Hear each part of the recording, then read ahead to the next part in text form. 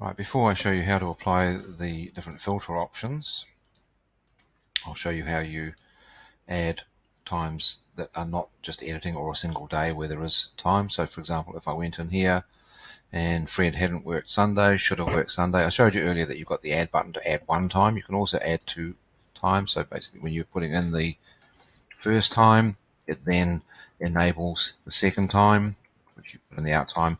Bearing in mind it is a 24-hour clock. So don't put in 04 for 4 o'clock or 05 for 5 o'clock, it's 1700. You can also, for example, if you had a scenario where the employee worked past midnight, then you can put in the next day if that was applicable. You can also tag the day with didn't clock in, didn't clock out, approved overtime, no lunch break, etc., as well as the other leave types. So that's how you go and add a start and finish time, and that then populates and makes the day valid as it should, based on what we're doing with that particular employee. Right, so coming back to the filter options, as we said at the beginning of this segment, this view is only showing you exceptions. It's not showing you every day for every employee. So when we click on this spyglass icon here on the right, it brings up all of our filter and sorting options. So the first thing we'll address is the sorting. So by default, it will sort by date, then by last name. If I wanted to sort that in a different way, for example, I wanted to sort that by first name, I would remove those, click on this, and then I can say, right, I want to sort that by first name and apply that. And then I will get a completely different data set sorting by the J's, the L's, the M's, the S's, etc. So that's giving me a view of that same data, but sorting it by first name, or I could have sorted it by department. So again, I click on that, I just choose the option I want. I want to sort that by department. And then what I will get is I would get all of the employees who are in the admin department, the factory, and then the sales. So I can sort that by a number of options using my sort option. All you do is you click on the plus sign. The blue ones are the options that you've got to sort by. So you can actually sort by quite a variety of pieces of information. I'll just clear that for now.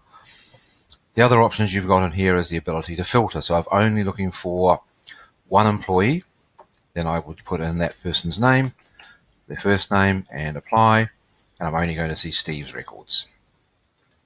Or I would clear that out. I could do the same with last name.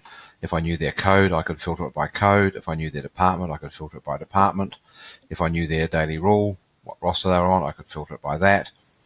I can also show only employees who have worked more than 0 and less than, say, 10 hours or 12 hours, 15 hours, and apply that, and that will give me a list of employees, again, on the same basis. At the moment, we are only filtering on the exceptions, not on everything. If I wanted to filter on everything, then I'll just clear that, start my search again. So the thing that's causing it to filter by exception is the flag option here and the show only finished days. The show only finished days means it's not showing today, it's showing every day that's up until today. If I untick that, means I will get everything including today. Now obviously if today hasn't finished, then you're going to get a lot of exceptions.